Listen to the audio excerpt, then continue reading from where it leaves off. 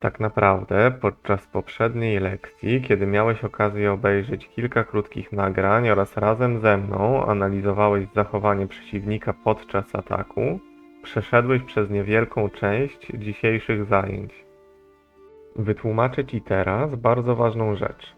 Mimo że jest banalnie prosta, to wiele osób, które spędziło w grze nawet do kilkuset godzin, często ma z tym problemy, czyli kiedy należy przejść do ataku.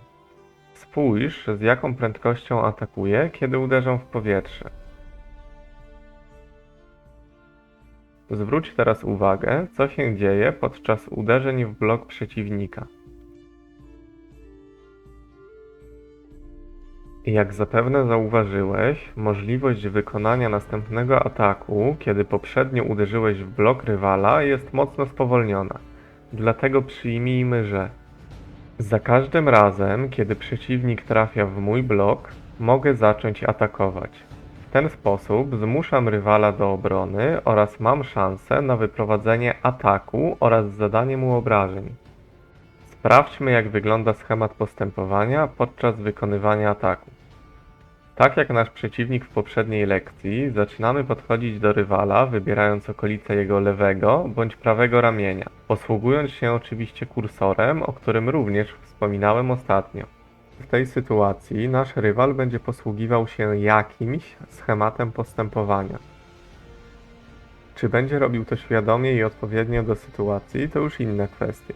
Dlatego właśnie istnieje spora szansa, że wejdziemy niedoświadczonemu przeciwnikowi za plecy bądź przełamiemy jego kąt bloku. Oczywiście o kątach bloków również porozmawiamy więcej w przyszłości. Cały czas próbujemy w ten sposób zajść naszego przeciwnika, aż do momentu, w którym zdecydujemy wyprowadzić atak. A kiedy to zrobimy, wracamy do schematu dotyczącego poruszania się w trakcie obrony i czekamy do momentu, w którym wyblokujemy kolejny atak, dzięki czemu będziemy mogli ponownie zaatakować. Zapoznaj się teraz z kilkoma dodatkowymi informacjami, które na pewno pomogą Ci w trakcie pojedynków. Pamiętaj, że przeciwnik może zaatakować w powietrze, a dopiero potem w Ciebie. Na obecnym poziomie powinieneś po prostu zablokować kolejny atak i dopiero wtedy zaatakować. Wraz z upływem czasu nauczysz się wcinać rywalowi między jego ataki, jednak teraz, kiedy zdarzy Ci się taka sytuacja, po prostu skup się na blokowaniu. W trakcie walki używaj głównie silnych uderzeń. Przerywają one atak przeciwnika i zadają największe obrażenia. Pamiętaj również, że pasek ataku nie musi być naciągnięty do końca, żeby wykonać silne uderzenie. Wystarczy sam początek czerwonej linii.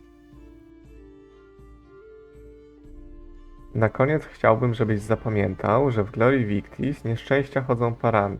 Oznacza to tyle, że za każdym razem, kiedy w trakcie pojedynku zostaniesz trafiony, masz czuć się zobowiązany do wyblokowania następnego wrogiego ataku.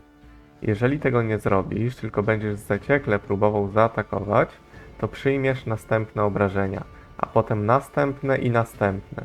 Wynika to z tego, o czym już mówiłem, a dokładnie z braku opóźnienia następnego ataku przeciwnika, jeżeli nie trafił on w Twój blok, tylko w powietrze bądź ciało. Zajmijmy się teraz kopnięciami, a dokładniej garstką rzeczy, które pomogą Ci je kontrolować.